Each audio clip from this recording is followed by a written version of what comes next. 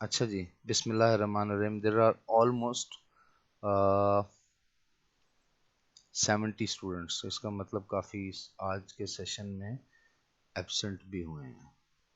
ठीक हो गया, चलें हम अटेंडेंस करेंगे आखिर में। तो अभी इसको स्टार्ट करते हैं जी। Today's lecture is about world system theory and I am hopeful कि आप सबको आवाज़ आ रही है। If voice is clear please एक आधा बंदा बस बता दे और फिर हम इसको स्टार्ट। ईशा आप ही बता दें, is the voice Yes, sir, clear? it's clear. चलें, so nice of you. Thank you, sir. बिस्मिल्लाहिर्रहमानिर्रहीम। अच्छा जी, जो इंटरनेशनल रिलेशन है ना, इसका इम्पोर्टेंट एक सब्जेक्ट है, एक इम्पोर्टेंट एरिया है वर्ल्ड सिस्टम थ्योरी के नाम से। इसको मैं सॉरी लेक्चर नंबर 3 मैंने इसको किया हुआ है। लेक्चर नंबर को यहाँ से काट देते हैं क्योंकि it is not lecture number 3। यहाँ हमारे पास शायद कोई एडमिट, ये एक ही उस पर आया करें काइंडली। आप लोग ये जो मर्जी से आते हैं ना, ये काम ख़राब हो जाता है।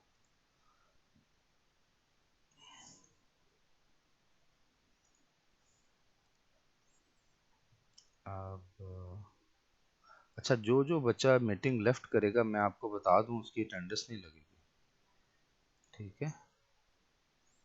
मुझे इसको सिर्फ दोबारा फिर करना पड़ता, इसलिए मैंने पहले आपको कहा था कि मैं वेट कर लेता हूँ, जिस जिसने एंटर होना है वो एंटर हो जाए। मुझे दोबारा जाके फिर उसको वहाँ से करना पड़ता है।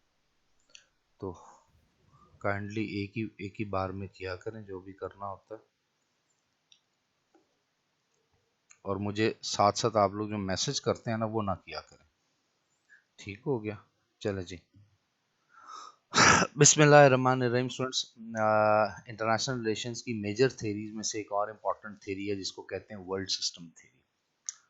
वर्ल्ड सिस्टम थेरी बेसिकली उन स्कॉलर्स ने प्रेजेंट की है जिनका मानना ये है कि दुनिया जो है इसको हम सिस्टमैटिकली अंडरस्टैंड कर सकते हैं। और सिस्टम थेरी जो कि आई थी, जिन्होंने सिस्टमैटिकली दुनिया की डिवीजन के ऊपर बात की थी और कहा था जिस तरह ह्यूमन बॉडी के डिफरेंट ऑर्गन्स होते हैं, इसी तरह बिल्कुल जो ग्लोबल सिस्टम है, ये भी कम्बिनेशन है मल्टीपल ऑर्गन्स का। और उसमें जो यूनिट है that is state, nation state, और बहुत सी नेशन स्टेट मिलकर रीजनल ग्रुप्स बनाती हैं। फिर इंटरनेशनल सिस्टम भी बनता है, इंटरनेशनल स्टेट्स के भी हम मेंबर होते हैं, इंटरनेशनल सॉरी ऑर्गेनाइजेशंस के मेंबर होते हैं, इसमें यूएनओ हो गई है, इंटरनेशनल फाइनेंशियल ऑर्गेनाइजेशंस हो गए। तो जो वर्ल्ड सिस्टम थियरिस्ट है, इन्होंने जो कॉन्सेप्ट पिक किया था, उन्होंने ये कॉन्सेप्ट पिक किया था कि जो दुनिया है it is systematically divided into almost 3 zones. यानी ये कॉन्सेप्ट बेसिकली डिपेंडेंसी थियरिस्ट का कॉन्सेप्ट है, जो ये समझते हैं कि दुनिया दो मेजर हाफ्स में है, और एक हाफ्स जो हैव्स का है और दूसरा हैव नॉट्स का है या हैव्स नॉट का है। और वो हाफ ऐसा है जिसमें जो अपॉर्चुनिटीज़ हैं वो कम हैं, रिसोर्सेज कम हैं, इंडस्ट्रियल डेवलपमेंट कम है, पॉलिटिकल स्टेबिलिटी कम है। इसलिए वो वाला जो सेगमेंट है उसको अंडर डेवलप कहा जाता है। और जो नॉर्थ के कंट्रीज़ हैं वो डेवलप किए जाते हैं। तो इसके अकॉर्डिंगली फिर इस डिपेंडेंसी थेरीज का कॉन्सेप्ट देखेंगे। वर्ल्ड सिस्टम थेरी को डिपेंडेंसी थेरी भी कहते हैं, वर्ल्ड स्टार्टिफिकेशन थेरी भी कहते हैं। वेलस्टाइन ने ये थेरी बेसिकली दी थी, इनके सामने इनकी आपकी पिक्चर्स मेंशन हो रही होगी। अगर मैं स्क्रीन को थोड़ा सा छोटा करूं तो आपको ये देखिए यहाँ पर ये क्लियर नज़र आते हैं। And it is his description of world system theory के दुनिया किस तरह डिवाइडेड है। आज के जो कंटेंट है वो मेजर फीचर्स देखेंगे, एक्सप्लेनेशन देखेंगे और क्रिटिसिज्म इसके ऊपर जो हुआ था उस पर बात करेंगे। तो सबसे पहले देखते हैं जी, कार्ल मार्क्स का मेजर इन्फ्लुएंस है। ऑब्वियस ही बात है, जितने भी डिपेंडेंसी थेरिस्ट हैं उनको न्यो मार्क्सिस्ट भी कहते हैं, NEO, न्यो मार्क्सिस्ट भी कहा जाता है। तो कार्ल मार्क्स ने वैसे भी कॉन्सेप्ट दिया था कि दुनिया जो है इसमें जो कॉन्फ्लिक्ट है ये कैपिटलिज्म की वजह से है। और इस कैपिटलिस्टिक सोसाइटी, सरमायादाराना निज़ाम में कुछ हैव्स होते हैं, कुछ हैव्स नॉट होते हैं। और जिनके पास कुछ नहीं होता वो सारी ज़िंदगी अपनी सर्विसेज सेल करते हैं। जो उनके पास स्किल्स होते हैं उसके अकॉर्डिंगली उसको पेमेंट मिलती है या उनकी सैलरी या पैसे मिलते हैं। और जिनके पास बहुत कुछ होता है वो फ्यूडल लॉर्ड्स भी हो सकते हैं, इंडस्ट्रियलाइज सोसाइटी में इंडस्ट्री के मालिक भी हो सकते हैं, और फिर वही बाद में पॉलिटिशियन बन के निज़ाम को भी कंट्रोल करते हैं। तो वो 2 4 6 8 10 से 20 मिल्स, 15 मिल्स और 100 के करीब उनके बिजनेसेस हो जाते हैं। लेकिन जो अपने स्किल शेयर करते हैं, जो कि प्रोलिटेरिएट क्लास से बिलोंग करते हैं, वो सारी ज़िंदगी ऐसे ही रहते हैं और इसकी वजह से क्लास गल्फ आ जाता है। बिल्कुल इसी तरह वर्ल्ड सिस्टम थेरिस्ट ने भी इन्फ्लुएंस की लिया कार्ल मार्क्स से, और उन्होंने कहा कि जो idea of accommodation of wealth है ये सिर्फ एक इंसान, एक शख्स, एक सोसाइटी तक नहीं है, रियासतें भी ऐसे ही करती हैं और रियासतें भी अकोमोडेशन ऑफ वेल्थ करती हैं। तो मेजर फीचर्स में influence by Marxist idea of accommodation of wealth, class division have assumed a regional character in the post colonial world, यानी कॉलोनियलाइजेशन के बाद जब डीकोलोनियलाइजेशन हुई, 1945 का एक एरा आया जिसमें बहुत सी कॉलोनीज ब्रिटेन और फ्रांस से आज़ाद हुई, जिसमें इस्लामी जमहूरिया पाकिस्तान भी है। तो ये जो नए मुल्क बने थे ये इतने ज़्यादा इंडिपेंडेंट तो थे नहीं, इंडिपेंडेंट तो वो विद रिस्पेक्ट टू आज़ादी हो गए, लेकिन पॉलिटिकली और इकोनॉमिक पॉइंट ऑफ व्यू से बड़ी रियासतों पे डिपेंडेंट रहे, इनकी इतनी तरक्की तो नहीं हो सकी। और जो बड़ी रियासतें थी जिन्होंने दुनिया पे, वैसे ही वेस्ट की रियासतों ने, नॉर्थ की रियासतों ने कब्जा किया हुआ था, उन्होंने अपना ऐसा निज़ाम बनाया, अपना सोशो पॉलिटिकल और सबसे बड़ी बात इकोनॉमिक सिस्टम ऐसा बनाया कि वो लीड ही करते रहे और बाकी दुनिया जो है वो बैकवर्ड रह गई। और यही नॉर्थ और साउथ की डिबेट में भी यही कहा जाता है। The world is divided into core and periphery regions in terms of the wealth accommodation. अब अगर आप देखें तो कोर ये है, सेंटर है, और ये दोनों पेरिफेरी हैं, एक सेमी पेरिफेरी है, एक पेरिफेरी है। तो वो कहता है दुनिया तो डिवाइड की गई कोर और पेरिफेरी रीजन में पैसे के अकॉर्डिंगली, यानी जो कोर है उसके पास सबसे ज्यादा पैसा है, जो पेरिफेरी है उनके पास कम पैसा है। A system in which the rich capitalistic core regions dominate over the poor periphery, mainly the third world regions। तो आप देखें ना, वही वाली कार्ल मार्क्स वाली बात आ गई कि एक तरफ अमीर है एक तरफ गरीब है। तो वर्ल्ड सिस्टम थ्योरी में बताया जाता है कि जो दुनिया है इसमें अमीर ममालिक हैं और गरीब ममालिक हैं, और जो अमीर ममालिक हैं वो गरीब ममालिकों को कभी भी किसी भी सूरत उस दौड़ में नहीं आने देंगे, उस कंपटीशन, उस लेवल पर नहीं आने देंगे कि वो बड़े ममालिक के साथ अपनी टेक्नोलॉजी के पॉइंट ऑफ व्यू से, अपनी स्किल के पॉइंट ऑफ व्यू से, अपनी जो मिलिट्री के पॉइंट ऑफ व्यू से, अपनी इकोनॉमिक और political stability, social sector development के पॉइंट ऑफ व्यू से उनसे कम्पीट करें। तो ये बाय डिज़ाइन दुनिया को ऐसे डिज़ाइन किया गया है। जो ताकतवर नेशंस थी, बेशक वो 19वीं और 20वीं सदी की नेशंस थी, जब उन्होंने दुनिया को आज़ाद किया या कॉलोनियलिज्म का एंड हुआ, तो एक न्यो कॉलोनियलिज्म आ गया, न्यो इंपीरियलिज्म आ गया, जिसमें उन्होंने डायरेक्टली उन मुल्कों पर कब्जा तो नहीं किया, लेकिन उनकी इकोनॉमी को किस तरह डिक्टेट करना है वही ममालिक जानते थे, उनकी पॉलिटिक्स को किस तरह लेकर के चलना है वही जानते थे। तो ये सारे का सारा जो सिस्टम हमें नज़र आता है, समझ आता है, इसको बेसिकली वर्ल्ड सिस्टम थ्योरी में एक ही जगह पर इकट्ठा समझाने की कोशिश की गई है। अब अगर आप देखें तो जो दुनिया की डिवीजन है उसमें कोर है, सेमी पेरिफेरी है और पेरिफेरी है। अगर हम देखें तो semi periphery is not as advanced as the core but ahead of the periphery in term of wealth accommodation. जो कोर कंट्रीज है वो तो सबसे ऊपर हैं, जिस तरह P5 के कंट्रीज कर ले, G7 कंट्रीज कर ले, या चले कुछ हद तक G10 कंट्रीज भी कर ले, जो पूरी दुनिया की वेल्थ जिनके पास है, रिसोर्सेज जिनके पास है, पैसा जिनके पास है, और उसके साथ साथ पूरी दुनिया का जो इकोनॉमिक बड़े इंस्टीट्यूशन है, IMF है, वर्ल्ड बैंक है, WTO है, फैटफ है, उसको वो कंट्रोल करते हैं। और उसके बाद दूसरे दर्जे पर आता है, दूसरे लेवल पर आता है सेमी पेरिफेरी। ये वो कंट्रीज होते हैं जो बेसिकली लेस एडवांस्ड होते हैं, उतने एडवांस तो नहीं होते जितने कोर के कंट्रीज होते हैं, लेकिन ये पेरिफेरी कंट्रीज से आगे होते हैं, ahead of periphery country in terms of wealth accommodation. ये वो ममालिक हैं जिन्होंने कुछ हद तक अपने आप को डेवलपिंग की रेस में काफी आगे पहुंचा दिया। They are not under developed even though they are not advancedly developed, but they are somehow developed and developing countries, जिसमें जापान भी आ सकता है, मलेशिया, इंडोनेशिया, टर्की आ जाता है, कुछ हद तक इंडिया का भी इसमें रोल है, मिडिल ईस्ट के बहुत से कंट्रीज इसमें आते हैं। लेकिन जो पेरिफेरी के कंट्रीज हैं ये वो मुल्क है जहाँ पर आज तक अवाम पढ़ लिख भी नहीं सकी, पॉलिटिकल स्टेबिलिटी भी नहीं आई, सोशल सेक्टर डेवलपमेंट भी नहीं हो सकी, वो खास पैसे कमाने के जराए भी नहीं है, कोई इनकी एक्सपोर्ट्स भी अच्छी नहीं है, कोई मतलब इंडस्ट्री भी नहीं यहाँ लगी हुई, कत्लो गारत और political division, sectarian division, religious division, वही जहालत, वही पुरानी चीज़ें। और ये वो कहता है कि बाय डिज़ाइन इधर रखी गई है, इन मुल्कों को ऐसा जानबूझ के रखा गया कि ये ग्रो करके सेमी पेरिफेरी और सेमी पेरिफेरी कोर ना बन जाए, फिर तो पावर का स्ट्रक्चर चेंज हो जाएगा, फिर बहुत से कोर के मुल्कों को कंपटीशन करना पड़ेगा और जो बेस्ट compete करेगा वही आगे जाएगा। तो ये वाला कॉन्सेप्ट यहाँ पर दिया गया। वालेस ट्राइन ने वर्ल्ड सिस्टम थ्योरी को जिस तरह बनाया है उसमें अगर आप देखें तो जो कोर के कंट्रीज हैं उसके अकॉर्डिंगली, इस तरह ब्रिटेन फ्रांस है, इस तरह यूएसए भी इसमें कोर में आ सकता है, उसकी अपनी एक्सप्लेनेशन है। लेकिन अगर हम और कंट्रीज को भी देखें तो 5-6 और मुल्क भी जो कोर में आ सकते हैं। इंडिया हो गया, साउथ अफ्रीका हो गया, इसी तरह इंडोनेशिया, मलेशिया, जापान हो गया। ये अगर आप देखें तो ये बेसिकली सेमी पेरिफेरी में आएगा। Kenya, Algeria, Pakistan, Afghanistan, Iran, north Korea और बहुत अरब ममालिक जो हैं वो बेसिकली कम से कम इसमें आते हैं, क्योंकि ना उनका जीडीपी इतना अच्छा है, ना उनकी करेंसी इतनी स्ट्रांग है। तो there may be core centre and periphery within the core and periphery regions. The new class struggle would involve the core and periphery. अब ये बड़ी टेक्निकल बात उसने की, वो ये कहता है, गौर से इस बात को समझिएगा, कि जो कोर के ममालिक होते हैं ना, अगर मैं पिछली स्लाइड में आपको लेके जाऊं, तो ये वाले कोर के जो ममालिक होते हैं, इनमें भी, इस कोर के अंदर भी 3 सेगमेंट होते हैं। एक with in the core the most important मुल्क होता है, जो इनमें से भी सबका लीडर होता है, तो उसको कोर ऑफ द कोर कहते हैं।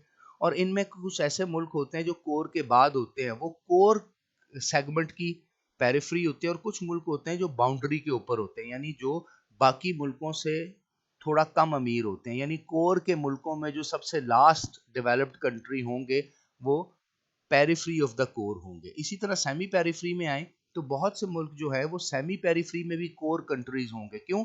सेमी पेरिफ्री के कंट्रीज में वो सबसे ज्यादा सक्सेसफुल होंगे, सबसे ज्यादा एडवांस्ड होंगे। और बहुत से मुल्क सेमी पेरिफ्री में ऐसे भी होंगे जो कि अगर आप देखें तो उस तरह से डेवलप नहीं होंगे, जो कि बाकी जो लीडिंग कंट्रीज कोर हैं इसके अंदर। यानी कोर, सेमी पेरिफेरी और पेरिफेरी के अंदर भी कोर, सेमी पेरिफेरी और पेरिफेरी होते हैं। ये बताने का मतलब ये है, जिस तरह पेरिफेरी के कंट्रीज में अगर आप देखें, ये लीस्ट डेवलप्ड कंट्रीज है, under developed third world countries है।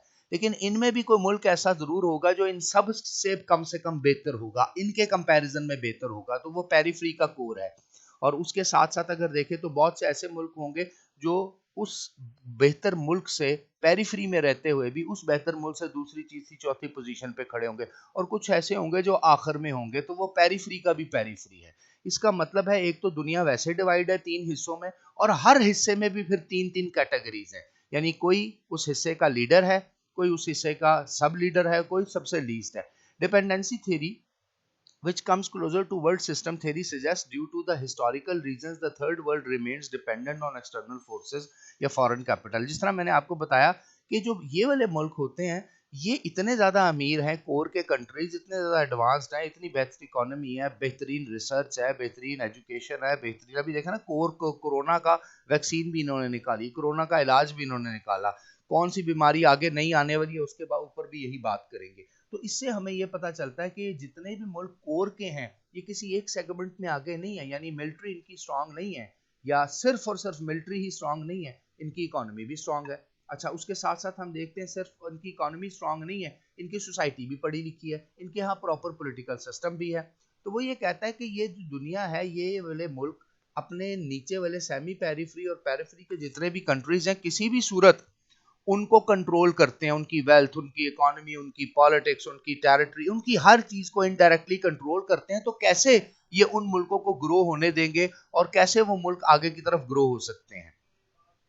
अगर आप देखें तो थर्ड वर्ल्ड कंट्रीज में चूंकि कैपिटलिज्म के अकॉर्डिंगली सब कुछ चलता है, तो वो कहते हैं इनक्लेव इकोनॉमी है ना। What is enclave economy?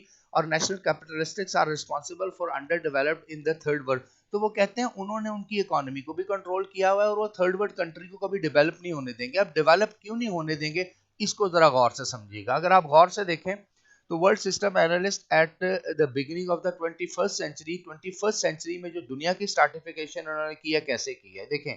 Core में कनाडा है, फ्रांस है, जर्मनी है, जापान है, यूनाइटेड किंगडम है और यूनाइटेड स्टेट्स है। और इसमें आप चाइना को ला सकते हैं, लेकिन वो नहीं लेके आए, क्योंकि 21वीं सदी के आगाज में 2001-2002 में तो चाइना इतना आगे नहीं था, वो तो 2021 के करीब या 2015 के बाद आया। उसके बाद वो अगली बात करता है कि ये तमाम के तमाम मुल्क सेमी पेरिफेरी और पेरिफेरी को कंट्रोल करते हैं। तो सेमी पेरिफेरी में China, India, Ireland, Mexico, Pakistan और पनामा है। लेकिन ये 2000 के स्टार्ट में था। अब क्योंकि हमारे यहाँ 3 दफा डेमोक्रेसी आ चुकी है और लूटमार हो चुकी है और तबाही हो चुकी है, तो अब ये पाकिस्तान यहाँ से उठ के यहाँ आ चुका है। अब हम सेमी पेरिफेरी के कंट्री नहीं है, ये दुख की बात है। 2001 में, 2002, 2003 में हालांकि आर्मी का दौर था, मुशर्रफ का दौर था, इमरजेंसी थी, लेकिन डेवलपमेंट थी। तो एक तो ये बात इसने कर दी। दूसरा, वो अगर पेरिफेरी के कंट्री देखें, Afghanistan, Bolivia, Chad, Dominican Republic, Egypt, Haiti, Philippines और वियतनाम, और बहुत से ऐसे मुल्क हैं। Europe become wealthy by maintaining economic and military dominance over other nations. वो कहता है यूरोप के जितने मुल्क यहाँ पे आपको नजर आ रहे हैं ना, स्कोर और सेमी पेरिफेरी के अंदर, ये खुद से मेहनत करके और बड़ी तरक्कियां करके नहीं आगे आए। ये तो ज्यादातर मुल्क हुए हैं जो बर्फ से ढके होते हैं, इनके यहाँ पे प्रॉपर एग्रीकल्चर नहीं है और बहुत से इनके मसाइल हैं। इन्होंने बेसिकली जो वेल्थ इकट्ठी की है वो मिलिट्री और इकोनॉमिक डोमिनेंस की है ओवर अदर नेशंस। और वो जो मिलिट्री और इकोनॉमिक डोमिनेंस है वो डायरेक्टली इन्होंने कंपटीशन से नहीं की। जो वर्ल्ड सिस्टम थ्योरी है वो कहती है इन्होंने बाय एक्सप्लॉयटेशन की है, इन्होंने उनको लूटा है, क्योंकि यही मुल्क थे जो इन पेरिफेरी के मुल्कों के ऊपर काबिज थे और जिन्होंने उनको अपनी कॉलोनीज बनाया हुआ था। स्टूडेंट्स, अजान हो रही है, अजान के लिए मेरे ख्याल से ज़रा वक्फा करते हैं, अजान के बाद इसको फिर फर्दर स्टार्ट करते हैं। तब तक मैं एक करता हूँ कि जो नए बच्चे आए हैं उनको मैं एंटर कर लेता हूँ। ठीक हो गया? तो नए बच्चे भी एंटर हो जाएंगे जी। कौन है जी? नए एडमिट हो गया जी। अजान के बाद फिर अभी फर्दर फिर इसको कंटिन्यू करते हैं।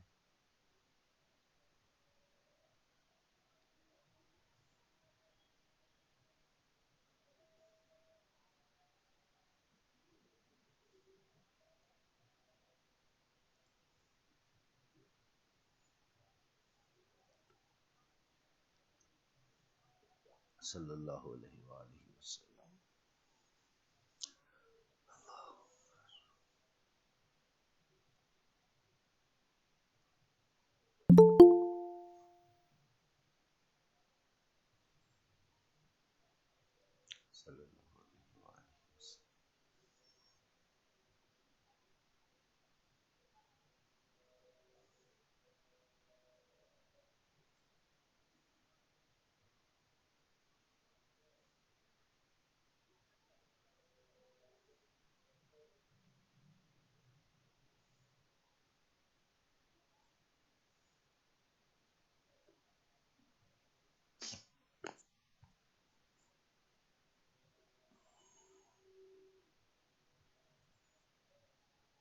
रोहेला राय हैज लेफ्ट। अच्छा, जो जो मीटिंग लेफ्ट कर रहा है ना, मजे की बात यह है कि उसकी अटेंडेंस नहीं लगेगी और उसकी प्रॉपर एब्सेंट लगेगी। सर नेटवर्क इशू की वजह से भी लेफ्ट हो जाती है सर मीटिंग। कोई ऐसी बात नहीं बेटा, वो नेटवर्क जाने और आप जाने।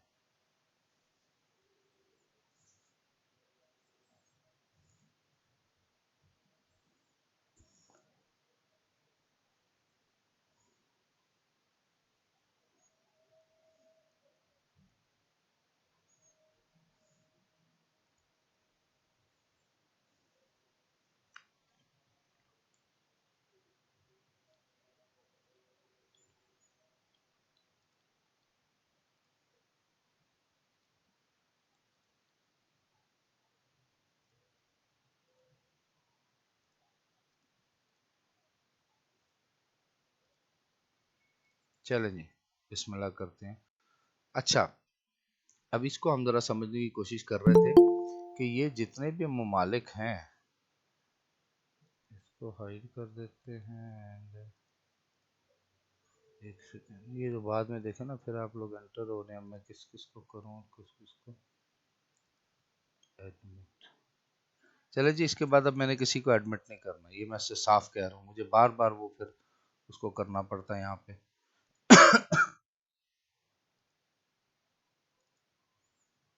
हम्म,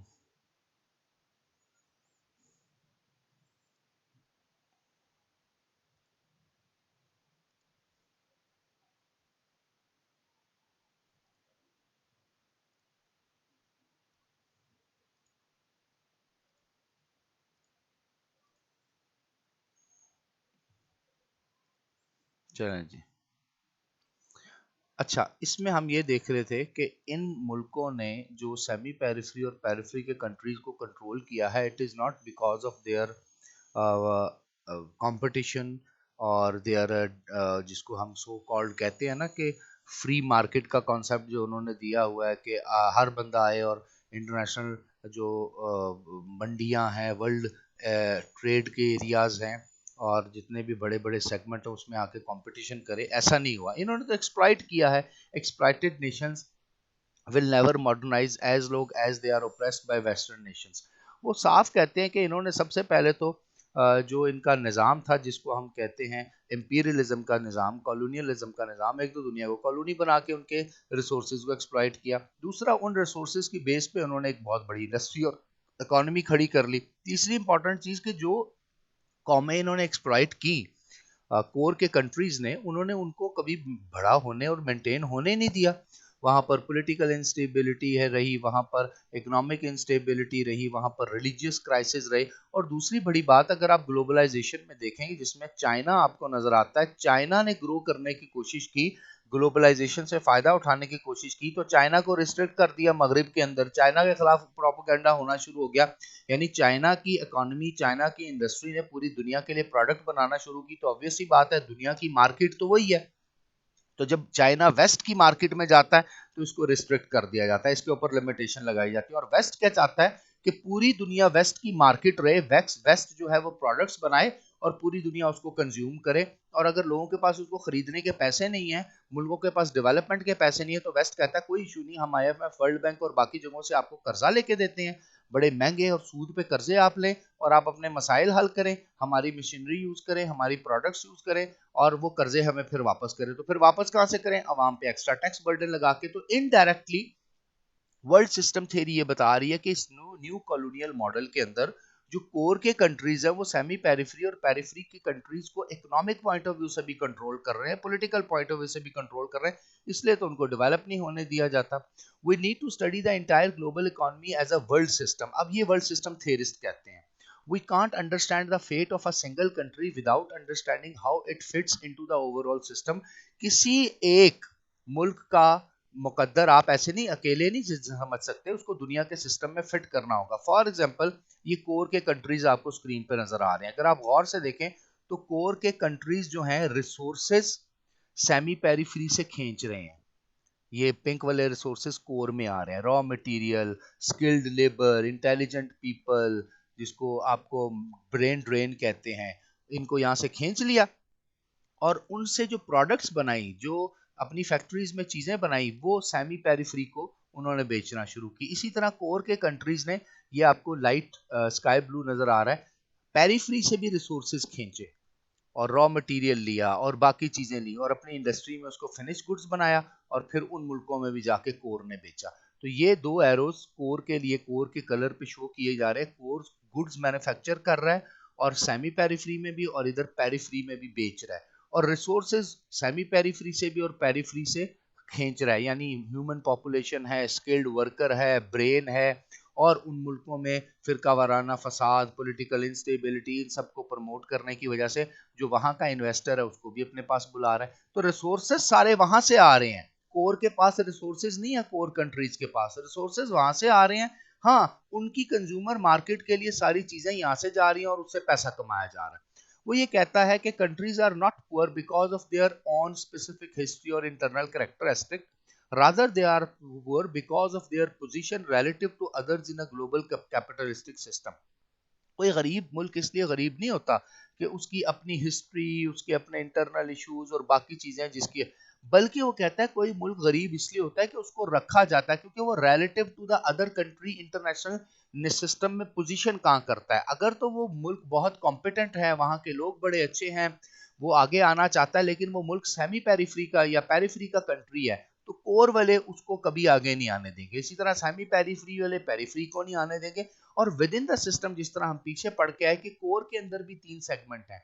कोर के जो सेगमेंट है इसमें कुछ मुल्क सबसे लीड कर रहे हैं, कुछ उनके नीचे हैं, कुछ उनके नीचे हैं। यानी कोर के अंदर भी कोर है, सेमी पेरिफेरी और पेरिफेरी है। तो कोर के अंदर जो कोर स्टेट्स हैं, जिस तरह यूनाइटेड स्टेट ऑफ अमेरिका है, किसी दौर में कोल्ड वॉर एरा में एक तरफ यूएसए होता था, एक तरफ सोवियत यूनियन होता था, तो ये बाकी मुल्कों को यूज करते थे, उनकी आर्मी, उनकी इकोनॉमी, उनकी मैन पावर, उनके रॉ मटेरियल, उनको सब कुछ यूज करते थे। तो अब तो आपको कोर में अमेरिका नजर आता है और यूरोप के कंट्रीज नजर आते हैं। तो बड़े मुल्क नजर आते हैं। ये कभी भी सेमी पेरिफेरी के कंट्रीज को कोर जितनी कॉम्पिटेंसी होने नहीं देंगे, और सेमी पेरिफेरी पेरिफेरी को नहीं होने देंगे। और फिर सेमी पेरिफेरी और पेरिफेरी के अंदर भी 3 डिवीजन है, यानी अगर पेरिफेरी में देखें पाकिस्तान है, तो क्या पाकिस्तान पेरिफेरी का कोर है? नहीं है, पाकिस्तान भी तो नीचे है। पेरिफेरी में तो और बहुत से ऐसे ममालिक हैं जो हमसे ऊपर है, पॉलिटिकल सोशल इकोनॉमिक। हमारे यहाँ तो आए दिन या कभी धरने हो रहे होते हैं, या कभी हुकूमत दूसरी हुकूमत को बुरा भला कह रही होती है। कभी हमारी जुडिशरी देख लें जी, इस वक्त हमारी जुडिशरी 122वें नंबर पे आई है परफॉर्मेंस के लिहाज से, और जो पर्क्स एंड प्रिविलेजेस ये एंजॉय करते हैं, जो तनख्वाहें लेते हैं, जो मजे लेते हैं, वो दुनिया में 5वें नंबर पे है। तो ये तो हाल है, यहाँ पॉलिटिशियन भी लूट रहे हैं, ब्यूरोक्रेट भी लूट रहे हैं, जुडिशरी भी लूट रही है, तो सब, तो फिर इस मुल्क का बनेगा क्या? तो ये सारी जिंदगी, इसीलिए इस डिजाइन को अगर आप गौर से देखें तो आपको स्ट्रक्चर और इस डिजाइन से समझ आएगा कि बाय डिजाइन ही ऐसा किया जाता है। और इनको फिर आशीर्वाद या शाबाशी पीछे से उन ममालिक से भी मिलती है जो ममालिक चाहते हैं कि ये जो सेमी पेरिफेरी और पेरिफेरी के कंट्री हैं वो वल्नरेबल रहे। क्लासिकल इकोनॉमिक थ्योरिस्ट जो हैं वो कहते हैं predict that specialisation and trade is beneficial for all countries that can produce high tech goods most efficiently should concentrate on that, countries that can produce bananas or coffees efficiently should concentrate on that, specialization leads to a win-win situation, everyone is more efficient, countries become more wealthy, WTS criticize this view। अब जो classical economic theorist है ना, जो pro American है, pro British है, pro France है, pro west है, वो कहते हैं नहीं नहीं नहीं, आप अगर बनाना प्रोड्यूस कर सकते हैं तो आप केले पैदा करें, आप गंदुम ही पैदा करें, ये आपकी एफिशिएंसी है। आपको जरूरत नहीं टैंक बनाने की, जहाज बनाने की, मोबाइल बनाने की, लैपटॉप बनाने की, रिसर्च करने की, दवाइयां बनाने की, बड़ा होने की। वो हम कर रहे हैं ना, हमें करने दें, क्योंकि जो जिस काम में बेहतर है वो करे। वर्ल्ड सिस्टम थेरिस्ट इसको क्रिटिसाइज करती है, वो कहते हैं पूरी दुनिया के पास इक्वल अपॉर्चुनिटी होनी चाहिए। अगर हम में कोई बड़ी सलाहियत रखता है गाड़ियां बनाने की, ऑटोमेशन में जाने की, हाई टेक की, आईटी इंडस्ट्री की, फैशन इंडस्ट्री की, बिजनेस की, तो क्यों ना हमें करने दिया जाए? वो कहते हैं नहीं नहीं नहीं, आपने ऐसा नहीं करना। क्यों ऐसा नहीं करना? ऑब्वियसली बात है, ये न्यू रियलिस्ट है। इंटरनेशनल रिलेशंस में अगर आप देखें तो classical economic theorist new realist को कहते हैं, जो कहते हैं नहीं नहीं नहीं, हम ही मुल्क हैं जो बेहतरीन प्रोडक्ट बनाएंगे। अब आप देखें ना, एक लैपटॉप कितने का मिलता है, और गंदुम 1 टन कितने की मिलती है, या 2,000 टन केले कितने के मिलते हैं। तो सारे रॉ मटेरियल है, फिनिश गुड्स तो तुम इसकी बहुत महंगी बना के और फिर इन्हीं मुल्कों में बेचते हो। ये है वर्ल्ड सिस्टम थ्योरी। देखें गौर से जरा, आपको ये मैं दिखाता हूँ एक दफ़ा फिर, यहाँ ये ना स्क्रीन पे उस तरह से नज़र ना आए, तो मैं इसको इस तरह दिखाता हूँ आपको। अगर आप गौर से देखें तो अभी आपको नज़र आएगा, दुनिया में आप देखें बड़े बड़े जितने भी कॉन्टिनेंट हैं, ये यूरो एशिया आ गया, ये अफ्रीका आ गया, ये ऑस्ट्रेलिया आ गया, ये नॉर्थ साउथ अमेरिका है, ये नॉर्थ अमेरिका है, और ये ग्रीस और बाकी तमाम। तो इधर कौन कौन से कंपनीज आपको नजर आ रही हैं? सिटी बैंक है, माइक्रोसॉफ्ट है, सैमसंग है, नोकिया है, एचपीएल है, बीएमडब्ल्यू है, एचपी है, मालब्रन है, कोका कोला है, जिलेट है। ये जितनी जितनी कंपनियां पूरी दुनिया में नजर आ रही हैं, ये कहाँ से आ रही है? ये बेसिकली इधर ये कोर के कंट्रीज की हैं, और पूरी दुनिया में इनका बिजनेस है, और हर चीज का बिजनेस है। तो वर्ल्ड सिस्टम थेरिस्ट इसके बारे में कहते हैं कि world system theory criticism number 1, specialization in low tech products, example bananas में produce profit in short term. केलों की अगर स्पेशलाइजेशन, गंदम की स्पेशलाइजेशन या कॉटन की स्पेशलाइजेशन होगी तो वो तो शॉर्ट टर्म हमें वो उसका बेनिफिट होगा, but there is a cost. countries fail to develop industry and sophisticated technology that could lead to generate profit in future argument है, in the long run countries would be better off developing high tech industry rather than just producing coffee। उसने कहा high tech industry की तरफ जाएं, coffee produce करना, कपास के पौधे लगा लेना, या सिंपल यान या गत्ता या का आपका धागा, या वो जो क्या कहते हैं छोटी मोटी होजरी का काम करके वो एक्सपोर्ट कर लेने से मुल्क आगे नहीं जाते। आजकल तो टेक्नोलॉजी का दौर है, इसके ऊपर आप फोकस करें, और ये अमीर मुल्क या बड़े मुल्क या वो मुल्क जिनको हम कहते हैं कैपिटलिस्ट और कोर के कंट्रीज, वो आपको ये करने नहीं देंगे। इसमें देखें जी, आपको एक और चीज दिखाता हूं मैं, ये बड़ी मेहनत से मैंने तैयार किया, high profit consuming goods. Core जिस तरह ब्रिटेन है, अब ये देखें पेरिफ्री कीनिया इंडिया या बाकी मुल्क है, सेमी पेरिफ्री में स्पेन और पुर्तगाल आता है। तो cheap labour and raw materials, ये सेमी पेरिफ्री और सेमी पेरिफ्री और पेरिफ्री के कंट्री से रॉ मटेरियल ये खींच रहे हैं, चीप सस्ता। और रिजल्ट में हाई प्रॉफिट कंज्यूमिंग गुड्स उसी रॉ मटेरियल से प्रोडक्ट बना के उन्हीं मुल्कों में बेच रहे हैं। तो ये तो बाय डिजाइन दुनिया ऐसी इन्होंने बनाई है और इसी को ये सपोर्ट कर रहे हैं। अगर इधर भी आके देखें तो आपको एक और कॉन्सेप्ट यहाँ पे नजर आता है, इसको भी मैं थोड़ा बड़ा करके आपको दिखाता हूँ। High profit value added goods, core के मुल्क जितनी प्रॉफिटेबल हैं और वैल्यू एडेड गुड्स हैं वो बना के पेरिफ्री और सेमी पेरिफ्री के मुल्कों को बेच रहे हैं। अगर आप गौर से देखें तो कोर के कंट्रीज गाड़ियां बना रहे हैं, कोर के कंट्रीज ऑटोमोबाइल के अलावा इलेक्ट्रॉनिक की प्रोडक्ट बना रहे हैं, इंफॉर्मेशन टेक्नोलॉजी में आगे हैं, सॉफ्टवेयर डेवलपमेंट में आगे हैं, फैशन इंडस्ट्री में आगे, जो महंगी चीज होती है।